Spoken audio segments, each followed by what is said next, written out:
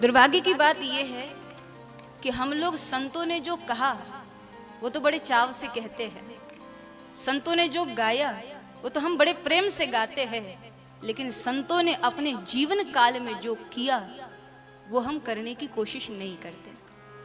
हम राम की पूजा करते हैं, हम कृष्ण की पूजा करते हैं, हम राम की आरती गाते हैं, हम श्री राम जी के मंदिर बनाते हैं। बिल्कुल बनाने चाहिए, बिल्कुल राम जी की पूजा करनी चाहिए, लेकिन उसी के साथ साथ थोड़ी देर ठहर करके ये विचार भी करना चाहिए कि राम जी की पूजा हो रही है, राम जी के मंदिर बनाए जा रहे हैं, लेकिन क्यों बनाए जा रहे हैं, क्यों राम जी की पूजा हो रही है?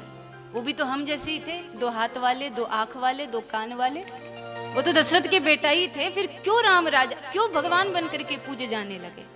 तो पता लगेगा, यदि हम ठहर करके थोड़ा विचार करें तो पता लगेगा कि राम जी दलितों के बीच में गए, राम आदिवासियों के बीच में गए, राम उन लोगों के पास गए जिनको समाज ठुकरा चुका था, और वहां जाकर के राम जी ने उनको गले से लगाया। उनकी मर्यादा ने, उनके विवेक ने राम को राजा राम से भगवान राम बना दिया। पर दुर्भाग्य ये है कि हम संतों की, हम देवों की प्रतिमा की पूजा करते हैं, लेकिन उनके जैसी प्रतिभा अपने भीतर जगाने की कोशिश हम लोग नहीं करते। वंदनीय महाराज जी के नाम का जयकार लगाने से वंदनीय महाराज जी प्रसन्न नहीं हो गए। वो प्रसन्न तब हो गए जब उनके जैसा कोई कार्य करने के लिए खड़ा हो जाए, एक आध गांव में क्रांति कर दे, उस दिन वंदनीय महाराज जी प्रसन्न हो जाएगा और बेहद प्रसन्न हो जाएगी। क्योंकि ज्योत अपने जैसी ज्योत जलाना चाहती है। एक सच्चा गुरु अपने शिष्य को अपने जैसा बनाना चाहता है। एक बाप अपने बेटे से हार करके खुश होता है क्योंकि बेटा जीत गया। उसी तरह से शिष्य जब गुरु से आगे निकल जाता है तो गुरु बहुत खुश हो जाता है। हर गुरु की ये अभिलाषा होती है, ये इच्छा होती है कि मेरा शिष्य मेरे से भी आगे निकल जाए। इसलिए कहते हैं ना, पारस और गुरुदेव में बड़ो अंतरो जान। पारस जो है लोहे को स्पर्श करेगा तो सोना बना देगा, पारस नहीं बनाएगा। लेकिन एक सच्चा गुरु अपने शिष्य को अपने जैसा बना देना चाहता है। कोई भी गुरु ये कभी नहीं चाहेगा कि मेरा शिष्य मेरा ही प्रवचन सुनता रहे। माफ करिए, कोई सच्चा गुरु ये नहीं चाहेगा कि मेरा शिष्य मुझे ही सुनता रहे, अपनी उन्नति न करे, अपनी चेतना का विकास न करे, बस मुझे अपना सर्वस्व मान करके मेरे ही चरणों में पड़ा रहे। नहीं चाहेगा। गुरु की इच्छा होती है कि मेरा शिष्य स्वयं का गुरु बन जाए। गुरु की ये इच्छा होती है कि मेरे शिष्य को मार्गदर्शन के लिए किताबों की जरूरत ना पड़े, वो स्वयं का गुरु बन जाए। इसलिए गुरु लेने की नहीं सोचता, गुरु लेवता नहीं है, गुरु देवता है। गुरु का ध्यान कभी इस तरफ नहीं होगा कि मेरे शिष्य ने मुझे क्या दिया। गुरु का ध्यान इसी पर होता है कि मैं अपने शिष्य को क्या दे सकता हूं। गुरु का यह प्रयास होता है। गुरु ये नहीं सोचता कि मेरे शिष्य ने मुझे कितना दिया। गुरु ये सोचता है कि बेचारा 10 साल से आ रहा है मेरे पास, इसकी चेतना का विकास हुआ कि नहीं हुआ, इसकी जागृति हुई कि नहीं हुई, इसका आवरण मिटा कि नहीं मिटा। क्योंकि जब तक आवरण नहीं मिटेगा तब तक आंख नहीं खुलेगी, जब तक आंख नहीं खुलेगी तब तक उन्नति नहीं होगी, जब तक आत्मिक उन्नति नहीं होगी तब तक सहस्त्रार नहीं खुलेगा, जब तक सहस्त्रार नहीं खुलेगा तब तक कुंडलिनी नहीं जागेगी। और इस बात की फिक्र शिष्य को जितनी नहीं होती उससे ज्यादा गुरु को होती है कि क्यों इसका सहस्त्रार नहीं खुल रहा है, क्यों इसकी चेतना का विकास नहीं हो रहा है, क्यों नहीं जागता। ये गुरु लेवता नहीं है, गुरु देवता है।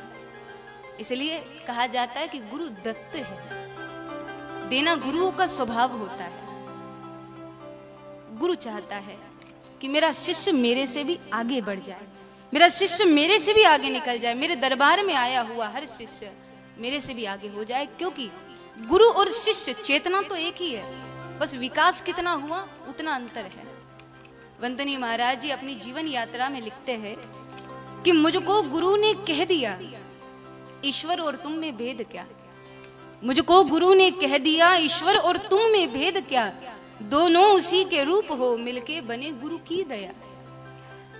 बल्कि गुरु और शिष्य का भी स्थान समझो एक है। बड़ी अद्भुत बात। बल्कि गुरु और शिष्य का भी स्थान समझो एक है, यह जीव ईश्वर ब्रह्म भी नहीं भिन्न से निशंक है। गुरु और शिष्य तत्वतः एक ही है, बस जिसकी उन्नति हुई वो गुरु है, और जिसने अपनी चेतना को नहीं जगाया वो शिष्य बना है। लेकिन गुरु की ये कोशिश होती है कि मेरा शिष्य मेरे से भी आगे निकल जाए।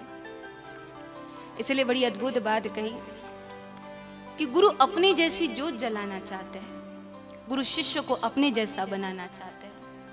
लाखों शिष्य है गुरु के, लेकिन गुरु को किसी ऐसे एक शिष्य की तलाश होती है जो उनकी आकाश गंगा को धारण कर सके। शिष्य गुरु की जीवंत समाधि हो सकता है, क्योंकि कोई भी गुरु इस दुनिया से जाने से पहले अपनी भीतरी विरासत अपने शिष्य में स्थापित कर देना चाहते हैं। बाहरी विरासत के लिए बहुत झगड़े होते हैं, लेकिन भीतरी विरासत किसी निष्ठावान शिष्य को ही मिलती है। भीतरी विरासत के लिए श्रद्धा चाहिए, गुरु के प्रति समर्पण चाहिए। गुरु के कितने शिष्य है बात इससे नहीं बनती, आवश्यकता इस बात की है कि इस आकाश गंगा को धारण कौन कर सकता है। अगर लाखों शिष्यों में इस गंगा को धारण करने वाला कोई नहीं तो वो लाख भी खाक है। उस गंगा को धारण करने वाला चाहिए। कमी गंगा में नहीं है, कमी गुरु में नहीं है, बस हर बार धारण करने वाले स्वामी विवेकानंद नहीं होते, हर सुखदेव को परीक्षित नहीं मिलते, हर अड़कू जी महाराज जी को टुकड़ो जी महाराज नहीं मिलते, हर परमहंस को विवेकानंद नहीं मिलते, और हर समर्थ को शिवबा नहीं मिलते। शिष्य का समर्पण पूरा होना चाहिए। बड़ी अद्भुत बात, इतना अद्भुत समर्पण रहा छत्रपति शिवाजी महाराज जी का रामदास स्वामी जी के प्रति। रामदास स्वामी जी के पेट में एक बार बहुत तकलीफ होने लगी, बहुत पीड़ा होने लगी। सारे शिष्यों ने देखा, सब भागे जाने लगे कि क्या करे, गुरु महाराज जी को क्यों दर्द हो रहा है, क्यों तकलीफ हो रही है। कोई वैद्य को बुला करके लाए, कोई दौड़ करके जाए, राजवैद्य को बुला करके लाए, गुरु महाराज जी का दर्द कम हो जाए किसी भी तरह से। गुरु जी ने कहा किसी वैद्य को बुलाने की जरूरत नहीं है, मेरे दर्द को मिटाने की एक ही दवा है कि कोई जाए और जाकर के शेरनी का दूध लेकर के आए, मैं उसको पीऊं, पीते ही मेरे पेट की पीड़ा खत्म हो जाएगी। दूसरा और कोई उपाय नहीं है मेरे पेट की पीड़ा को खत्म करने का। अन्य शिष्यों ने सुना, सब घबरा गया। सब बोले यदि गुरुजी आपके पेट की पीड़ा को मिटाने की यही दवा है कि कोई जाए और जाकर के शेरनी का दूध लेकर के आए, तब तो हम आपके समाधि की तैयारी शुरू कर देते हैं। क्योंकि कौन जाएगा, कौन शेरनी का दूध लेकर के आएगा, और जो लेने को जाएगा वो जिंदा लौट के थोड़ी ना आएगा, उसको तो मरना पड़ेगा, कौन जाएगा। इससे अच्छा हम आपकी समाधि की तैयारी शुरू कर देते हैं। सब शिष्य घबरा गए, लेकिन शिवाजी महाराज जी ने देखा इतनी भागा दौड़ी, क्या बात है। तो लोगों ने बताया कि गुरु जी के पेट में दर्द है और दर्द की दवा एक ही है कि कोई जाए और शेरनी का दूध लेकर के आए। तो शिवाजी महाराज जी का जवाब आप देखिए कितना अद्भुत है। छत्रपति शिवाजी महाराज जी ने कहा तो फिर दिक्कत क्या है, इलाज क्यों नहीं हो सकता। लोगों ने कहा कौन जाएगा, कौन शेरनी का दूध लाएगा। शिवाजी ने कहा कौन जाएगा क्या मतलब, मैं जाऊंगा, मैं शेरनी का दूध लेकर के आऊंगा। शिष्यों ने कहा शिवाजी क्या जानते नहीं हो, जो जाएगा वो जिंदा लौट के थोड़ी ना आएगा, उसको तो मरना ही पड़ेगा। तो सुन करके छत्रपति शिवाजी महाराज जी ने जवाब दिया कि भाई यदि जन्मदाता के लिए मरने का मौका मिलता हो तो इससे बढ़कर के सौभाग्य की बात एक शिष्य के जीवन में क्या हो सकती है। सदगुरु जन्मदाता है और गुरु जीवन में न हो तो जीवन अधूरा माना जाता है। तो समर्पण इस तरह से होना चाहिए छत्रपति शिवाजी महाराज जी की तरह। मेरा निवेदन है जितने भी लोग यहाँ से सुन रहे हैं उन सब से, हो सकता है जितने भी लोग सुन रहे हैं लेकिन हर सुनने वाला व्यक्ति यही सोचे कि ये बात केवल और केवल मेरे लिए बोली जा रही है, मेरे लिए कही जा रही है, कि मुझे उस योग्य बनना है कि मैं गुरु महाराज जी की उस आकाश गंगा को यानी उन शक्तियों को मैं धारण कर सकूं। मुझे उस योग्य बनना है कि जिससे वंदनीय महाराज जी की खोज पूरी हो सके। कैसी विडंबना है, 55 करोड़ की आबादी वाले इस देश में वंदनीय महाराज जी को कहना पड़ा कि मानुष द्या मज मानुष द्या, भीख मांगता प्रभु दिसला। तो वो खोज पूरी हो जाए वंदनीय महाराज जी कि हम उस योग्य बने हम उस लायक बने, वो योग्यता हमें अपने भीतर जगानी है कि वो खोज पूरी हो जाए।